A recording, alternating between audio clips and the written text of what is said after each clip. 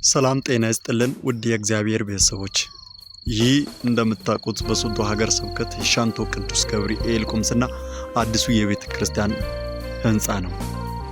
እንግዲህ እንደምናውቀው በዚህ ህንጻ ከዘንድሮው የቅዱስ ገብርኤል ዓመታዊ ክብረ በዓል ከተከበረ ወዲህ እየተሰራ ያለ የልስን ስራ አለ። እሱን ስራ አጠር ባለ መልኩ ለማስቃኘት እንሞክራለን። አብራችሁን ቆዩ። ይህ እንግዲህ የምትመለከቱት በድንጋይ የተሰራ ግድግዳ ነው። በውስጥ በኩል በብሎኬት በውጭ በኩል ደግሞ በድንጋይ ነው ቤቱ የተገነባው። በሁለት ግድግዳ ነው የተገነባው። በብሎኬት የተሸፈኑ አካባቢዎች የመለሰን ስራ ባለፉት ወራት እየተሰራ ቆይቷልና ይህንን ስራ ስንመለከት ስራው ከ95% የሚሆን መልኩ ያው ተጠናቆ እየተጠናቀቀም ይገኛል። የበረንዳ ልስን ስራና ጠርዝ የማውጣት ስራ ይሄንን ይመስላል።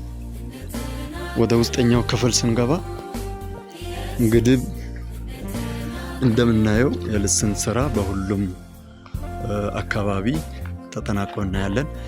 ይሄ ከጫፍ ሆነን ወደ ኦልታር አካባቢ ያለው እይታ ይሄንን ይመስላል። ኦልታር አካባቢ ያለው እይታ ይሄንን ይመስላል። በመቀጠል ግድግዳዎቹ አካባቢ ያለው የልስን ስራ በምታዩት መልኩ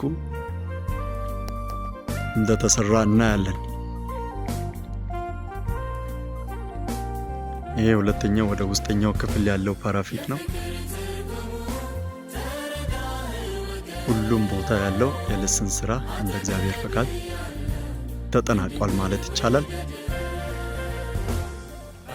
የቀሩ ስራዎች ምንድናቸው የሚለውን አጠር አድርገን በማየት ቅኝታችንን እናበቃለን ማለት ነው። አሁን የቀሩ ስራዎች ወዳሉበት ክፍል እንገባለን። ስራዎቹ ምንድናቸው ካልን የልስን ስራው ተጠናቆ እንደዚህ ኮሎኔዎቹን የመለሰን ስራ እና ጠርዝ የማውጣት ስራ እንግዲህ በምታዩት መልኩ እየተሰራ ይገኛል ማለት ነው።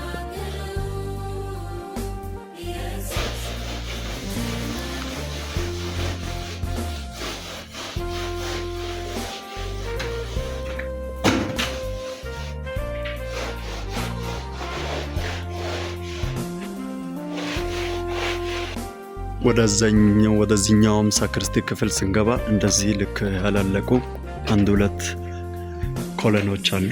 ኮሎኖችን የመለሰን ስራ እነዚህ ስራዎች ይቀራሉ ማለት ነው። ከዚህ ባሻገር ሁሉም የልስን ስራ ተጠናቋል ማለት ነው።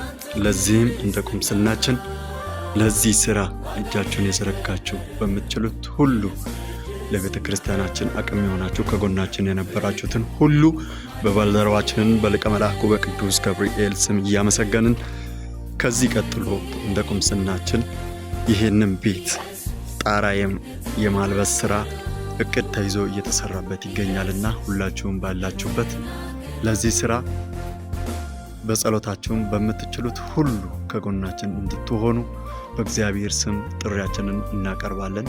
ስለ ሁሉም የእግዚአብሔር ስም የተመሰገነ ይሁን። አመሰግናለሁ።